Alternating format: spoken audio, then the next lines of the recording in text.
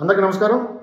రాష్ట్రంలో ఉన్న వృద్ధులు, వికలాంగులు, వితంతువులను అడ్డుపెట్టుకుని నీచ రాజకీయాలుగా పాల్పడతా ఉన్నాడు సైకో జగన్మోహన్ రెడ్డి.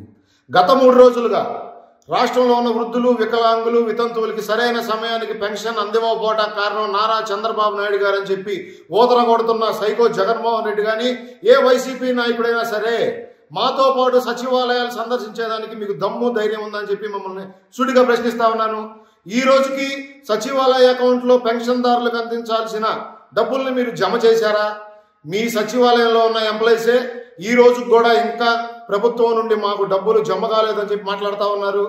అంటే ప్రభుత్వం నుంచి సచివాలయాలకు డబ్బులు జమ చేయకుండా పెన్షన్దారులకు పెన్షన్ అందివ్వడానికి మీ దగ్గర డబ్బులు లేక సిద్ధం సభల పేరుతో రాష్ట్ర ఖజానాన్ని ఊడ్చేసి ఆ నెపాన్ని నారా చంద్రబాబు నాయుడు గారిపై నెట్టి సానుభూతి పొంది రాష్ట్ర ప్రజల్ని రెచ్చగొట్టి ఓట్లు వేయించుకొని మరొకసారి ముఖ్యమంత్రి అయ్యేదానికి ఏదైతే ఈ దుర్మార్గుడు సైకో జగన్మోహన్ రెడ్డి ప్రయత్నం చేస్తా ఉన్నాడో ఆంధ్రప్రదేశ్ ప్రజలు గమనించాలి, ఆలోచించాలి.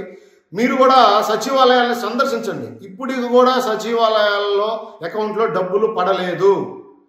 పడని డబ్బుల్ని వాలంటీర్లు ఏ విధంగా అందిస్తారు? వాలంటీర్లు అందించొద్దని చెప్పి నారా చంద్రబాబు నాయుడు గారు ఎక్కడ మాట్లాడారు? ఈ వాలంటీర్లు గత 20 రోజులుగా ఎన్నికల కోడ్ వచ్చిన దగ్గర నుంచి ఏం పని చేస్తా ఉన్నారు? వైసీపీ ఎమ్మెల్యేల ప్రచారంలో వాలంటీర్లు పాల్గొంటున్న మాట నిజమా కాదా? వైఎస్ జగన్మోహన్ రెడ్డికి ఓటేయమని చెప్పి వాలంటీర్లు ప్రచారం చేస్తున్న మాట నిజమా కాదా? వీడియోలతో సహా బయటపడితే ఈసీ చాలా మంది వాలంటీర్ని సస్పెండ్ చేసిన మాట నిజమా కాదా? అసలు ఈ వాలంటీర్ల నియామకం ఏ విధంగా జరిగిందని చర్చించేదానికి ఏ వైసీపీ నాయకుడైనా సిద్ధంగా ఉన్నాడా? మీ పార్టీకి సంబంధించిన ఎంపీటీసీలు, సర్పంచ్లు, కౌన్సిలర్లు ఇచ్చిన పేర్లను కదా మీరు వాలంటీర్లుగా నియమించుకుంది. ప్రభుత్వ ధనాన్ని వినియోగించుకుంటూ మీ కార్యకలాపాలకి వాలంటీర్లు వినియోగించకూడదని నారా చంద్రబాబు నాయుడు గారు చెప్పడం తప్ప? అంటే ప్రజాధనాన్ని వినియోగించుకొని మీరు ప్రభుత్వ ఎంప్లాయీ చేత మీ పార్టీ కార్యక్రమాలు చేయించుకోవచ్చా? అది తప్పు కదా? రాష్ట్ర ప్రజలారా ఆలోచించండి.